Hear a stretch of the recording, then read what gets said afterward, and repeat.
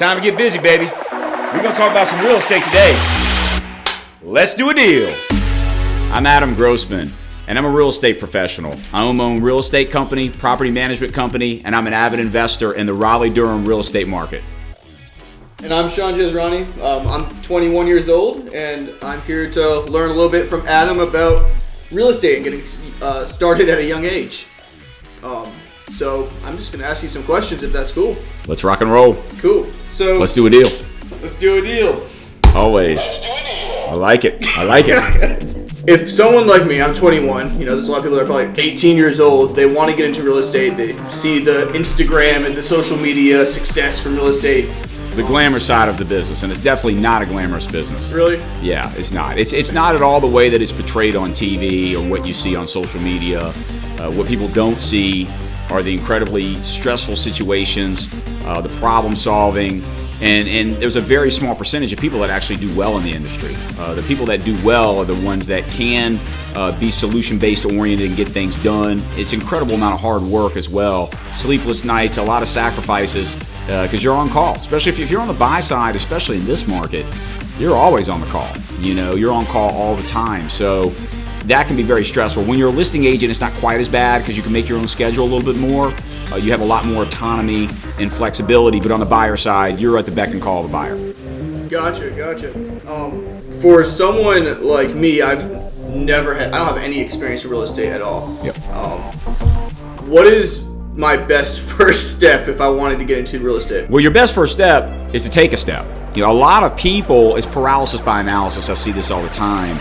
They just don't get started and they wait. I've had so many people come to me over the years, that are getting up in age and they're just getting started in real estate investing. They've thought a lot about it, but they've never done it. So just getting started, you're doing much better than most people. You've just got to take that first step and get in the door. Gotcha. And there's a lot of different angles that you can go at, in real estate. You can be a broker where you're an actual realtor and you do transactions and you help buyers buy homes and you help sellers sell homes. You can work with investors. You can be an investor. You can flip homes, although profit margins on that are definitely down in the current market. There's a lot of different angles that you can take, and it just depends on what angle you want to take as to how you do well in real estate. There's not one way to skin a cat. There's a lot of different ways to make money in real estate. Gotcha. And it doesn't always make sense to be a realtor.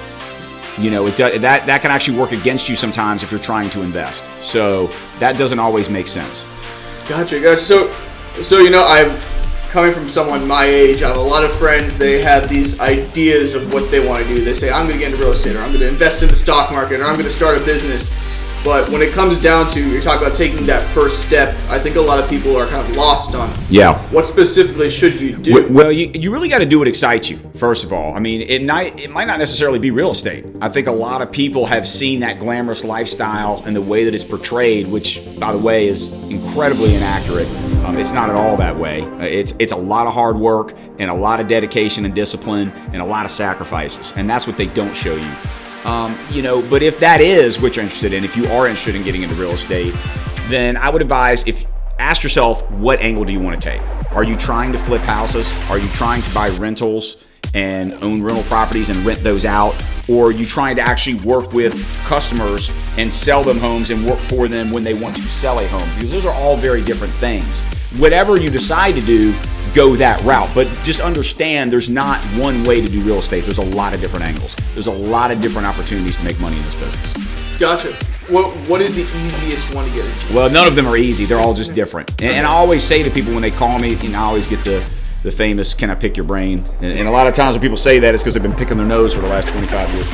But, at the end of the day, man, again, it's really what interests you. You know what I'm saying? If you're trying to get rich quick, which, by the way, I do not believe in, the route that I took was progressive over time. I'm much more of a buy and hold, long-term thinker, investor.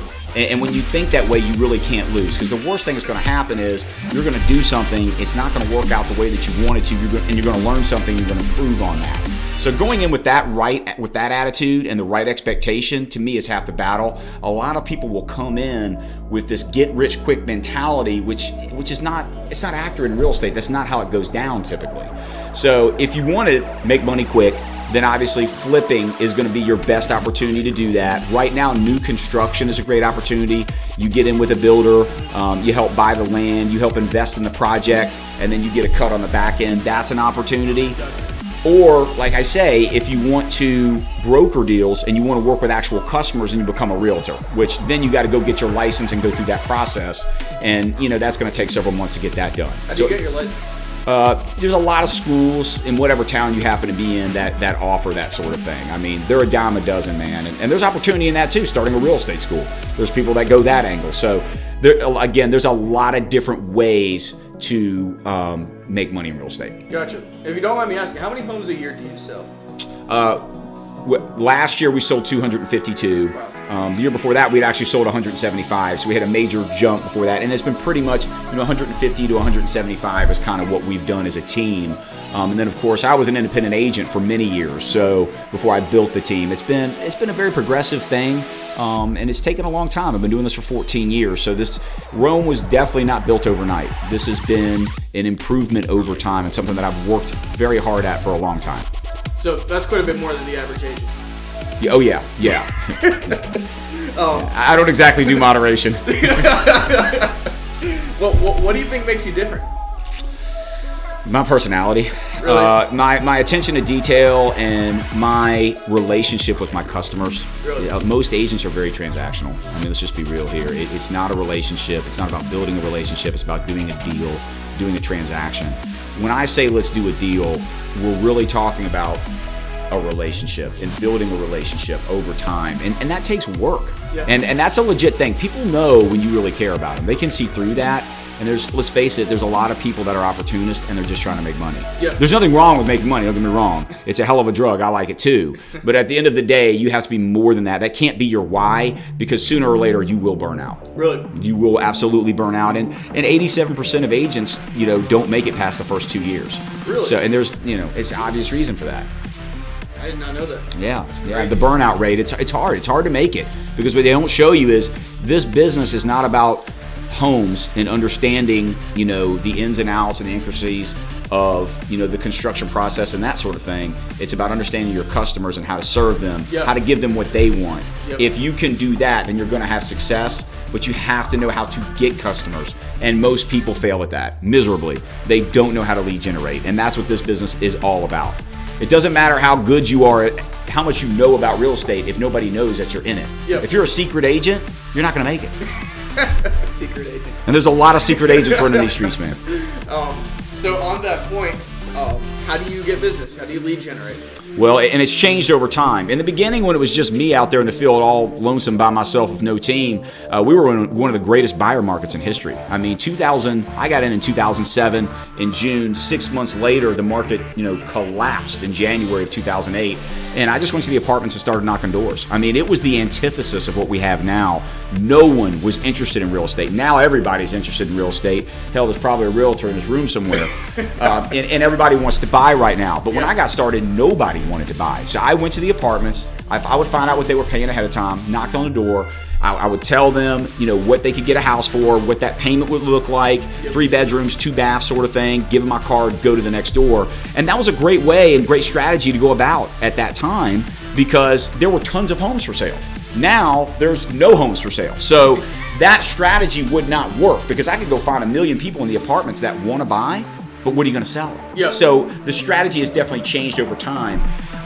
And now it's much more about doing business with the people that I've done business with in the past. Those same buyers are now sellers, and they've done several deals with me at this point, because we've built a relationship over time, and I'm getting a lot of referrals out of them. Interesting. So it's a lot of the same people that you A lot of the same buy their people, yeah. homes, you're now helping them sell their homes. Yep, and it's crazy, man. A lot of the people that I knocked on their door, they might have had $500 to $1,000 to their name, and they're barely putting down earnest money. Due diligence money didn't exist at that time. Yeah.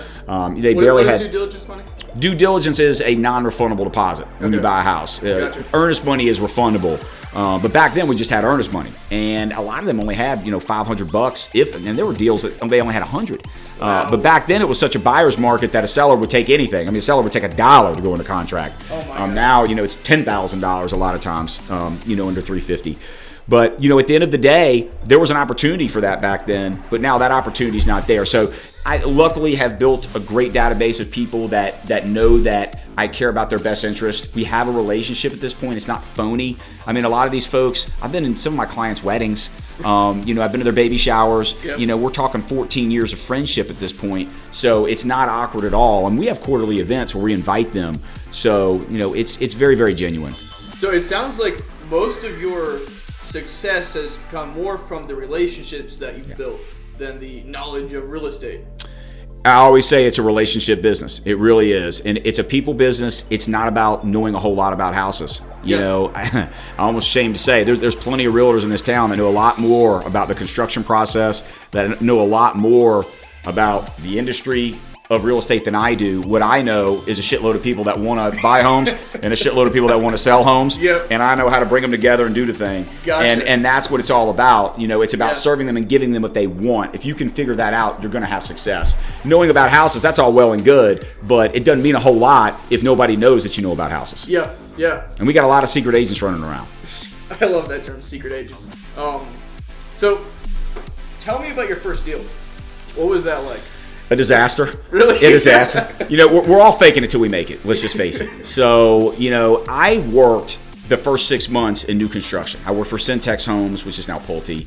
And I worked sitting in an office and customers would come in, and that was just not my personality at all. Really? I'm the kind of guy, I'm going to go get it, man. Yeah. I want to go door knock, or do whatever. I'm going to generate leads, right? Yep. So, which obviously during COVID is kind of a different ball game. It's been a lot harder the last year, but luckily we have the relationships that have kind of, you know, built us and carried us through that.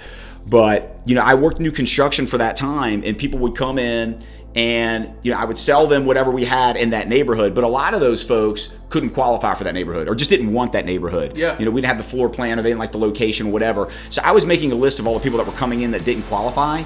And then about 6 months after that, I was like, man, this is too slow. I'm going to general brokerage. That's where I belong. Yeah. You know, I want to get out of this damn cage that I'm in and go out into the wild, you know, where I belong, the dark side, and go create my own business. And I had a list of people that were already pre-qualified but just didn't want that neighborhood. I called all of them, said, hey, man, I'm out. I just like getting out of jail or something like that. I said, man, let's hit the ground running. Let's go find you a house. I can sell you whatever's in our market, in our Triangle MLS.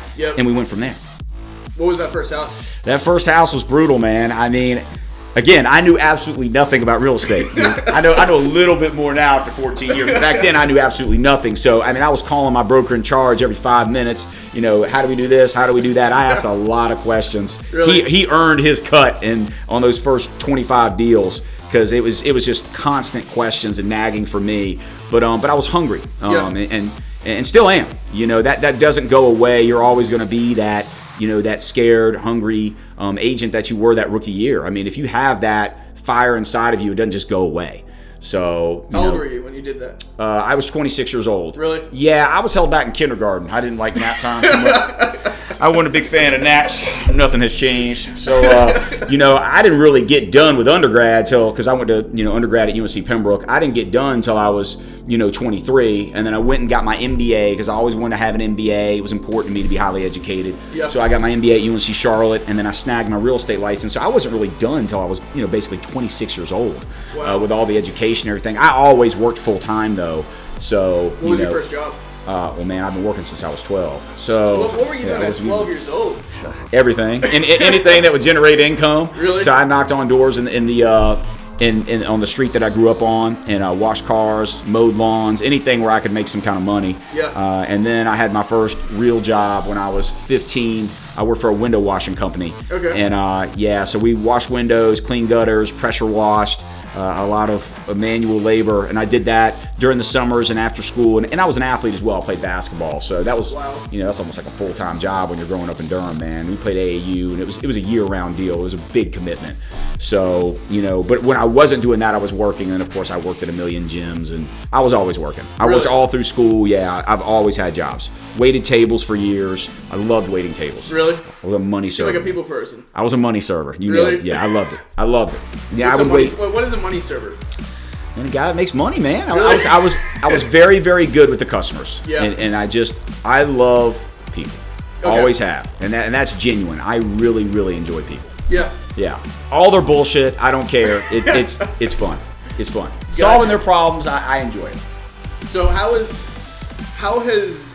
were those first jobs as a waiter and as working with people? How did that translate to your real estate? It's a great question. When I first got into real estate, I was actually still waiting tables. So first 6 months of real estate, I was still waiting tables at Texas Steakhouse over by the airport, which was perfect because people during that time were traveling into the area, interviewing, and then going back home. So they were interviewing for jobs over here. So every time I waited a table, and back then there was a smoking section. So I had an 8-table section, and we were only supposed to have 3 tables in our restaurant, but they gave me 8 because, like I said, you're that good. I was a good server. So yeah, I was a talented, so I could have done it as a career. But after every meal, I would give everybody at my table my business card because I had just gotten into real estate, and I would say, hey, I really enjoyed you guys. And during the meal, it was perfect because we had established rapport. So then I gave them my card. They were like, we like that guy. And then if they end up getting the job moving to the area, then I was their realtor. So a lot of my first buyers, that was another way that I generated a lot of leads, was just giving out cards at the tables that I was waiting. And then, of course, one night, one of the people that I had gotten ended up buying a house with me, and she comes in, and back then we didn't have electronic signatures. This is 14 years ago. So everything was done like, original signatures. So she came in, I had everything printed out, and she sat down, she's eating at one of my tables, and I sat down with her, and we did a real estate deal while I was waiting tables in that section. Everybody was taken care of. And she ended up buying a house with me, but the manager called me back. He said, listen, man, everybody knew that I was selling houses because I was selling the staff and getting involved back there too in the kitchen. I was selling everybody a house. And they said, you can't sell houses while you're on shift. It's one or the other. So they said, I want you to go home for the night. And if you want your job back, just come back tomorrow and apologize. And I walked away that night and I said, you know what? I've been waiting tables 4 years. I said, this is how I want to go out. I want to go out selling a house. And that was the last table I ever waited. That was it. That was it, man. It was April of 2008. And we were in a horrible market recession during that time, man. I should have been scared to death and wanted to keep that job. But I was like, man, I'm going to put all my cards on the table. You got to take risks. You got to have self-confidence. And that risk-taking and the ability to do that comes from self-confidence. And you earn self-confidence through hard work and what you've done previously. So it led to that. That's an amazing story. We went from there, man. It was fun. It's been a hell of a ride, man. It's been a hell of a ride. So for all the young people out there, people are going up to school. There's a kind of a clash between people that think college is important and education is important, and people that say, I'm just going to go do it. It sounds like you have a healthy mix of both. You got your MBA, you value education. I do. I know you read a lot. I read voraciously. I read every single day, man. Wall Street Journal. I'm always reading anywhere from 2 to 3 books at a time. Obviously, the Triangle Business Journal, I read that every week, so I'm constantly looking things up. I'm curious. I think the most important thing is you need to be inquisitive. You need to be curious and want to learn more. You should ask questions. That's a beautiful thing, and I think it's a lost art. You got a lot of people that just aren't interested. They're not curious. If you're not curious, how the hell are you going to learn stuff? You should be. You should be a sponge. You should be out there trying to learn stuff, trying to grow. So for the young folks that are coming up, of course, I value formal education. I still think there's a time and a place for that. But again, that should supplement all the other stuff that you're doing. You have to do stuff. All the jobs that I had from the age of 12, I'm 39 years old now. I've been working for 27 years I've been working. So I've got a lot of real world experience working with customers, of selling all types of different things throughout the years. I'm a hustler, and I've always been that way. And I'm not so sure you can train certain people how to be that way. You have to have that hunger. If you don't have it, you ain't got it. That's it. What would you tell the people that don't have it? Well, I hate to tell somebody to take a 9 to 5, but I would say that we're hiring.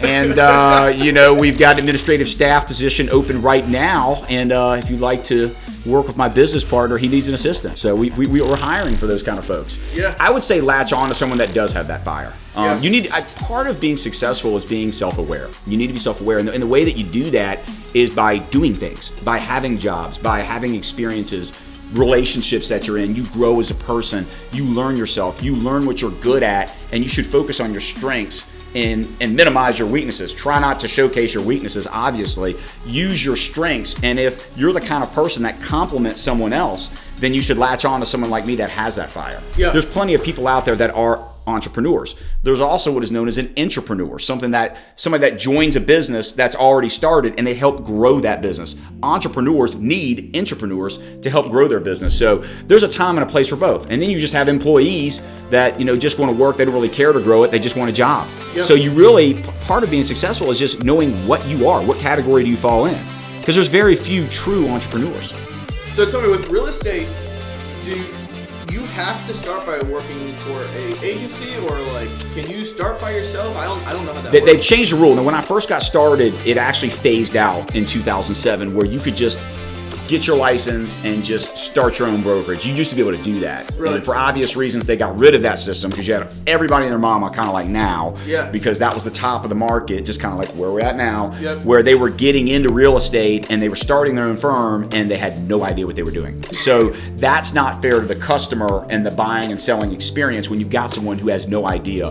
So there was a lot of litigation and issues there. So then they came up with the rule that you have to work an apprentice, essentially, for another agent or agency for a couple of years now. So it's a couple year trial period that you have to go through before you can actually start your own firm. Is it like a certificate or like a... You have to do some continuing education, provisional brokerage classes, Yeah. are what they're called, and again, that you do that over the course of a couple of years, and then you can roam free and start your own firm after that. Yeah. But they kind of see it as a rite of passage where you're getting the knowledge and everything, so you can actually serve the customers. It's on behalf of the customers. It's looking out for them to make sure that they're not taken advantage of by somebody who has no idea what they're doing. Yep. Which, by the way, even though they have this system, I'm sorry, a vast majority of realtors still have no idea what they're doing. Really? Oh yeah, it's unbelievable. What does that mean for someone like you then? It's very frustrating. It means that I've got people on my staff that speak to the realtors, and I really just want to talk to the customers. At the end of the day, that's who I'm working for. Yeah. So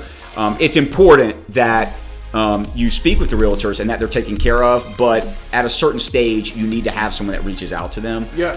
And that's just part of the scaling process. I mean, the only way you grow your business is to work smarter, not harder at a certain point. If you do both, you're even better. But, you just need to hire someone to handle that task because it's a daunting task. What's the biggest mistake that you see young people making? You're 18, I'd say 18 to 25, right? Immediate, that range. One, people think too small. Two, immediate gratification. Everyone wants immediate gratification. Go back. What do you mean by too small? What do you... Well, I would say people overestimate what they can do in 1 year, and they underestimate what they can do in 5 years. That's really the problem. Is that Bill Gates? What's that? Is that Bill Gates? It's a famous quote. I don't know who said it, but I'm going to coin it for now. I'm going to coin it for now. But it's definitely not me. But it is very true. Yeah. It's very true. People get into the industry and they think, well, I'm going to have all the success, and they have an unrealistic expectation that I'm going to come out, I'm going to swing for the fences, and I'm going to sell 1 million houses my first year. Yeah. And listen, Yeah. there are the agents that hit the industry. I had a really good first year myself. I had a great rookie year. And I know other agents that have as well, but that is the exception and not the rule. Most people, it takes them a while to grow their business. And let's face it, even after 14 years, man, I'm learning every day. The industry is changing. The industry is different than it was 6 months ago. So, inventory, demand, these things are constantly changing. The rules, the financing, there's always changing. And that's that's one of the things that I love about the industry is you're constantly getting pushed to grow and getting put in a place where you're uncomfortable. Mm-hmm. And let's face it, that's the only way to grow.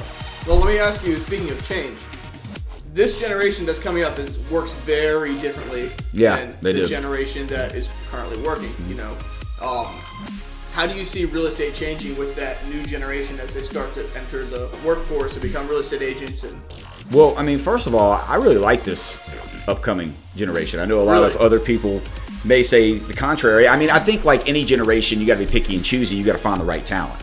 There's always going to be studs in every generation that can step up, and the cream is going to rise to the top, right? So I think that you just have to be selective in who you choose. But this generation, man, I mean, they lived through 2008 and saw all of that. So they're very aware of technology. They're very open to learning and growing. They're aware of the environment. I'm all for this generation. You just got to be selective in who you choose.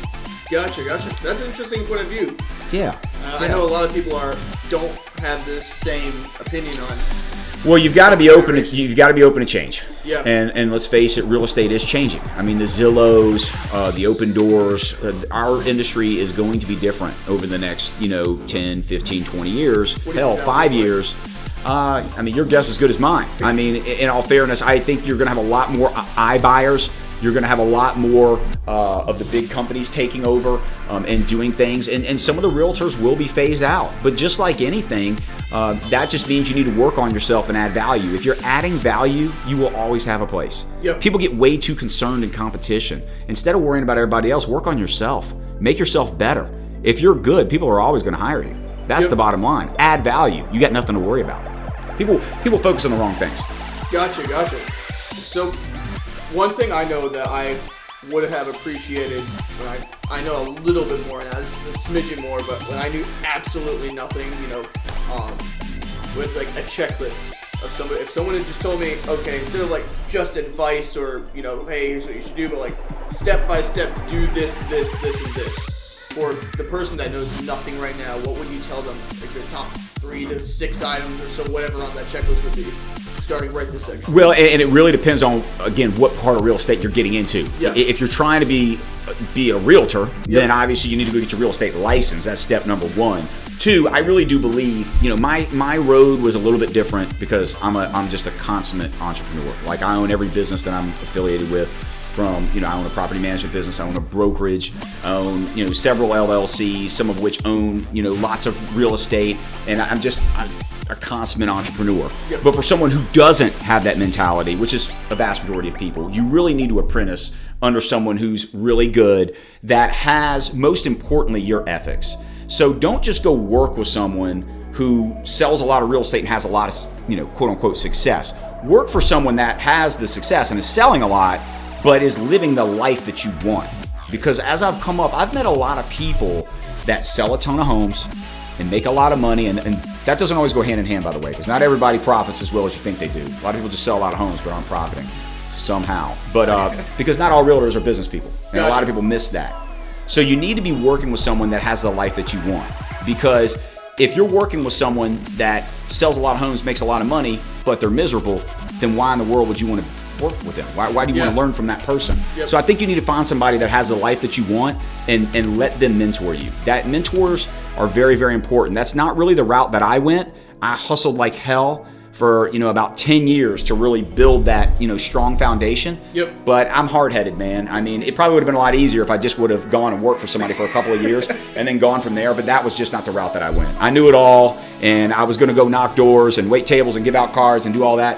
And that was just the mentality that I had at age, 26 years old. Yeah. But, now looking back on it, it would have made sense to have a mentor. And I sit down with people all the time and I ask questions. But, I probably could have been a little bit more tactical about that in the beginning. Gotcha. So when you say go and work for something, you're talking like an agency, right? Yeah, like an agency that has, some training, Yep. or, a top producer, I think would make more sense. Work with someone that has the mentality that you strive to have. Now, if you're not the kind of person that's ever going to be like that, then again, maybe you just want to stay on that team.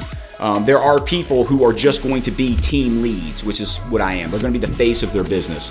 Those folks need to go work for that person, do a couple of years, and then start their own thing. You'll know after you've been in the business for a while whether or not you're that person. It'll pull you. It'll pull you out of that. Because if you have that entrepreneurial spirit, it's going to come out. Yep. Sooner or later, it's going to come out. It is. So what advice would you give someone that wanted to be more like you? Would be more like me? Just personality-wise, good with people, because it seems to have played a big part in your career. Well, I appreciate that. Thank you very much. At the end of the day, you have to be yourself. Yeah. My set of circumstances from, my formal education to my childhood, which is, I went through a whole lot as a child, saw a lot of things that a lot of kids don't see at a very young age. And I was really exposed to the real world at a young age. And I think that a lot of people just have an unrealistic expectation when they get out of college, when they get into the real world, into business, of it's going to be a little bit easier than they think. And it's hard out there. I mean, you have to work, you have to grind, especially in the beginning, for several years at least, to get that foundation going. So, I would say just be yourself. Yeah. Be your true, genuine self. Network like hell, work like hell, read everything in sight, chase what excites you, chase your passion. I think that's a great way to end that. Let's do a deal, man. Let's do a deal. All right, brother. I enjoyed it. Thank you. I love it.